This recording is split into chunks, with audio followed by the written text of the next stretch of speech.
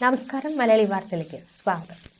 ബേപ്പൂരിൽ നിന്നും 162 കിലോമീറ്റർ അകലെ പുറംകടലിൽ അപകടത്തിൽപ്പെട്ട സിംഗപ്പൂർ കപ്പൽ ഇപ്പോഴും കത്തിക്കൊണ്ടിരിക്കുകയാണ്. അപകടം നടന്ന മണിക്കൂറുകളാകുമ്പോഴും തീ നിയന്ത്രണ വിധേയമാക്കാനായിട്ടില്ല. കപ്പൽ 10 ഡിഗ്രിയിലേറെ ചരിഞ്ഞിട്ടുമുണ്ട്. കോസ്റ്റ് ഗാർഡിന്റെ 2 കപ്പലുകൾ 50 മീറ്റർ അകലിൽ നിന്നും വെള്ളം പമ്പ് ചെയ്യുന്നുണ്ടെങ്കിലും തീ അണയ്ക്കാനായിട്ടില്ല. കപ്പലിൽ നിന്ന് കാണാതായ 4 പേരെ ഇതുവരെ കണ്ടെത്താനായിട്ടില്ല. കടലിൽ വീണ കണ്ടെയ്നറുകൾ മറ്റു കപ്പലുകളുടെ പ്രൊപ്പല്ലറുകളിൽ ഇടിക്കുമോ എന്ന ആശങ്കയുണ്ട്. കൊളംബോയിൽ നിന്ന് പുറപ്പെട്ട കപ്പൽ ഞായറാഴ്ച രാവിലെയോടെയാണ് തീപിടുത്തമുണ്ടായത്.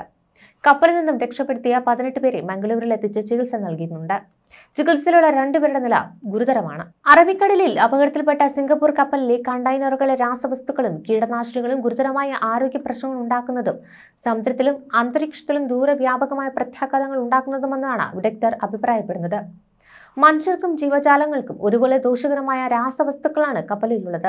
കപ്പലിലെ രാസവസ്തുക്കളും അവയുണ്ടാക്കുന്ന പ്രശ്നങ്ങളുമാണ് ഇനി നോക്കുന്നത്. ബൈപെറീഡിയം ശുദ്ധജലത്തെ മലിനപ്പെടുത്തും. മീനുകൾക്കും മറ്റും കടൽ ജൈവ വ്യവസ്ഥയ്ക്കും ഭീഷണിയാണ്. അന്തരീക്ഷത്തിൽ കലരുമ്പോൾ ശ്വാസകോശ സംബന്ധമായ ബുദ്ധിമുട്ടുകൾ, ശ്വസിച്ചാൽ ആരോഗ്യ പ്രശ്നങ്ങൾ എന്നിവ ഉണ്ടാകും. ജൈവ വ്യവസ്ഥയിൽ കലരുമ്പോൾ നമ്മുടെ ഭക്ഷണത്തിലെത്തുകയും മനുഷ്യനും അപകട ഭീഷണി ഉയർത്തുകയും ചെയ്യും. മണ്ണ്, വെള്ളം, വായു എന്നിവയിൽ വിപരീത ദോഷഫലങ്ങൾ ഇതുണ്ടാക്കും. ഈഥൈൽ ക്ലോറാഫോർമേറ്റ് ഗുരുതരമായ ആരോഗ്യ പ്രശ്നങ്ങൾ. അന്തരീക്ഷ മലിനീകരണം. വെള്ളത്തിൽ കലരുമ്പോൾ ഹൈഡ്രോക്ലോറിക് ആസിഡും ഈഥൈൽ ആൽക്കഹോളുമായി വിഘടിക്കുന്നു. ജൈവ ആവാസ വ്യവസ്ഥയ്ക്ക് ഇവ ഭീഷണിയാണ്. അധിക അളവ് വെള്ളത്തിൽ അമ്ലത കൂട്ടുന്നത് മത്സ്യങ്ങൾ ഉൾപ്പെടെയുള്ള ജീവജാലങ്ങൾക്ക് ദോഷകരമാണ്. അന്തരീക്ഷ മലിനീകരണം. വെള്ളം മലിനപ്പെടുത്തുന്നു. ശ്വാസകോശത്തിൽ ഫ്ലൂയിഡ് നിറഞ്ഞ അപകടകരമായ അവസ്ഥ ഉണ്ടാകുന്നു. മീനുകൾക്കും മറ്റു ജീവികൾക്കും അപകടം വരെ സംഭവിക്കാം. ഡൈമീഥൈൽ സൾഫേറ്റ് ക്യാൻസർ ഉണ്ടാക്കാൻ കഴിവുണ്ട്. കൂടിയ അളവിൽ സമ്പർക്കത്തിൽ വന്നാൽ കണ്ണുകൾക്ക് കേട്, കാഴ്ചശക്തി നഷ്ടപ്പെട്ടേക്കാം. കരൾ, വൃക്ക, ഹൃദയം എന്നിവയെ ബാധിക്കാം. തീപിടിക്കുന്ന ദ്രാവകം തീപിടിക്കുമ്പോൾ വിഷകരമായ സൾഫർ ഡയോക്സൈഡ് ഉണ്ടാക്കും. വെള്ളത്തിൽ കലരുമ്പോൾ സൾഫ്യൂറിക് ആസിഡ് ഉണ്ടാകുന്നു. താപം പുറത്തേക്ക് വിടുന്ന പ്രവർത്തനമാണിത്. ജീവജാലങ്ങളുടെ പ്രത്യുൽപാദന ശേഷി നശിപ്പിക്കുവാൻ കഴിയും. ശ്വസിച്ചാൽ മനുഷ്യർക്കും ആരോഗ്യ പ്രശ്നങ്ങൾ ഉണ്ടാകും. ട്രൈക്ലോറോ ബെൻസീൻ മണ്ണിലും ജലത്തിലും ദീർഘനാൾ നിലനിൽക്കും. മത്സ്യങ്ങൾക്ക് ഉൾപ്പെടെ ഭീഷണിയാണ്. നൈട്രോ സെല്ലുലോസ് വെള്ളത്തിൽ ഇത് വിഘടിച്ച് carbon monoxide, carbon dioxide, nitric oxide തുടങ്ങിയ വിഷകരമായ പദാർത്ഥങ്ങൾ ഉണ്ടാക്കും. തീപിടിച്ചാലും വിഷകരമായ വസ്തുക്കൾ ഉണ്ടാകും. ഇവ കൂടാതെ കണ്ടെയ്നറുകളിലുള്ള hexamethylene, diisocyanate, benzophenone, trichlorobenzene, chloroformate, phosphoric acid, piperazine, ethanol, turpentine, paraformaldehyde, ethyl methyl ketone എന്നിവ അമിതമായ അളവിൽ ശ്വസിക്കുന്നതും വലിയ അളവിൽ വെള്ളത്തിൽ കലർത്തതും ഗുരുതരമായ ആരോഗ്യ പ്രശ്നങ്ങൾ ഉണ്ടാക്കും. ടർപ്പൻറ്റൈൻ പെട്ടെന്ന് തീപിടിക്കുന്ന വസ്തുവാണ്. കൊച്ചി പുറംകടലിൽ MSC എൽസ 3 എന്ന കപ്പൽ മുങ്ങിയ ആഘാതത്തിൽ നിന്ന് കേരളം തീരം മുക്തമാകുന്നതിന് മുന്നെയാണ് ഈ കേരള സമുദ്രാതിർത്തിയിൽ വീണ്ടും വലിയൊരു അപകടമുണ്ടായത്. കൊളംബോയിൽ നിന്ന് മുംബൈയിലേക്ക് പോകുന്ന വാൻഹൈ 503 എന്ന ചരക്കു കപ്പലാണ് ഇപ്പോൾ അപകടത്തിൽപ്പെട്ടിരിക്കുന്നത്. ഈ കപ്പലിലെ 154 കണ്ടെയ്നറുകളിൽ അപകടകരമായ വസ്തുക്കൾ ഉണ്ടെന്ന റിപ്പോർട്ടുകളാണ് പുറത്തു വന്നുകൊണ്ടിരിക്കുന്നത്. കപ്പലിലെ 154 കണ്ടെയ്നറുകളിൽ ആസിഡുകളും ഗൺ പൗഡറും ലിഥിയം ബാറ്ററികളും അടക്കം അപകടകരമായ വസ്തുക്കളാണെന്നാണ് റിപ്പോർട്ടുകൾ സൂചിപ്പിക്കുന്നത്. തീ അണയ്ക്കുവാനുള്ള ശ്രമങ്ങൾക്ക് തിരിച്ചടിയാകുന്നത് കണ്ടെയ്നറുകൾക്കുള്ളിലെ തീപിടിക്കുന്ന രാസവസ്തുവാണ്. കണ്ടെയ്നറുകൾ ഇടയ്ക്കിടെ പൊട്ടിത്തെറിക്കുന്നുണ്ടെന്നാണ് വിവരം. ഇതുകൊണ്ട് തന്നെ കോസ്റ്റ് ഗാർഡിനും നാവികസേനയ്ക്കും കപ്പലിനടുത്തെത്തുവാൻ സാധിക്കുന്നില്ല. കപ്പലിന്റെ എല്ലാ ഭാഗത്തും തീ പടർന്നിട്ടുണ്ട്. അന്തരീക്ഷ വായുവുമായി കലർന്നാൽ എളുപ്പത്തിൽ തീപിടിക്കുന്ന രാസവസ്തുക്കളാണ് കണ്ടെയ്നറിനുള്ളിലുള്ളതെന്നാണ് പ്രാഥമിക റിപ്പോർട്ട്. എന്നാൽ ഏതുതരം രാസവസ്തുക്കളാണ് ഇതെന്നുള്ള കാര്യത്തിൽ ഇനിയും വ്യക്തതയൊക്കെ വരാനുണ്ട്. ഇവിടെ വിശദാംശങ്ങൾ വന്നാൽ മാത്രമേ കപ്പൽ അപകടം പരിസ്ഥിതിയെ എത്രത്തോളം ബാധിക്കുമെന്ന് വ്യക്തമാകും.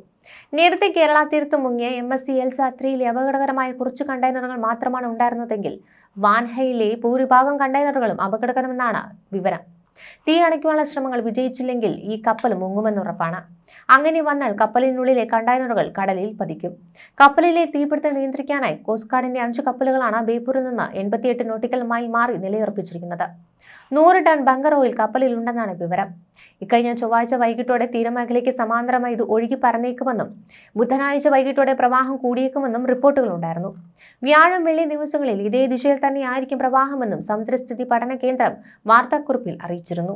കപ്പലിലെ വിഷവസ്തുക്കളും കീടനാശിനികളും കേരള തീരത്ത് എത്രത്തോളം ആഘാതമുണ്ടാക്കുമെന്നതിൽ ഇപ്പോഴും വ്യക്തതയില്ല.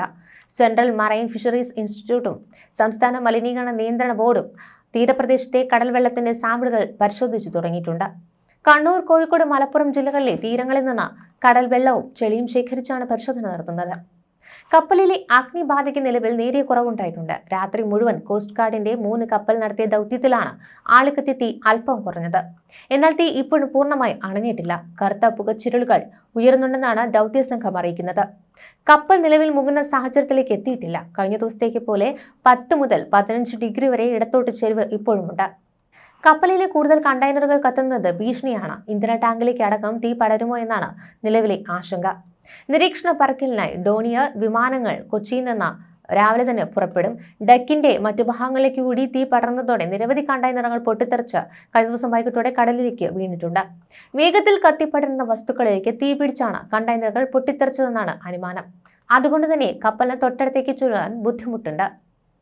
ഇന്ധന ടാങ്കിൽ ശേഷിക്കുന്ന ടണ്ണോളം ഓയിൽ മറ്റൊരു ഭീഷണിയാണ്.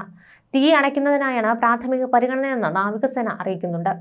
അപകടത്തിന്റെ പശ്ചാത്തലത്തിൽ കോഴിക്കോട് തീരമേഖലയിൽ സുരക്ഷാ മുൻകരുതൽ സ്വീകരിക്കുവാൻ ജില്ലാ കളക്ടറുടെ നിർദ്ദേശമുണ്ടായിരുന്നു.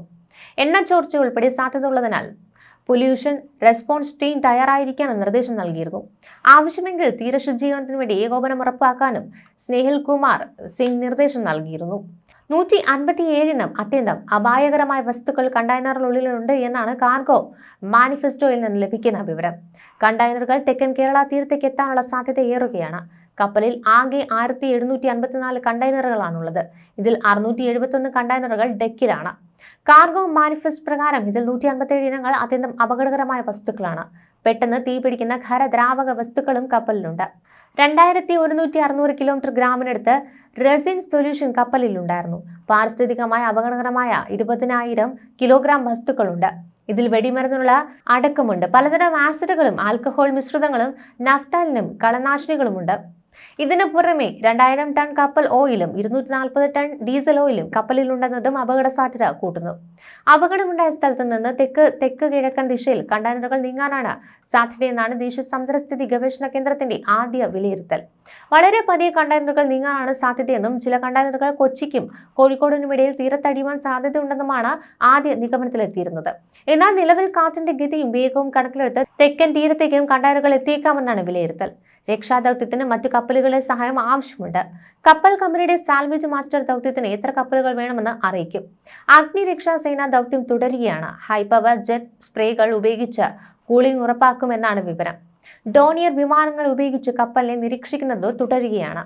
കപ്പലിൽ തീപിടുത്തമുണ്ടായ ഭാഗത്ത് തീ അണയുന്നുണ്ടോ എന്നത് വിമാന നിരീക്ഷണത്തിലൂടെ ഉറപ്പാക്കാനാണ് നീക്കം.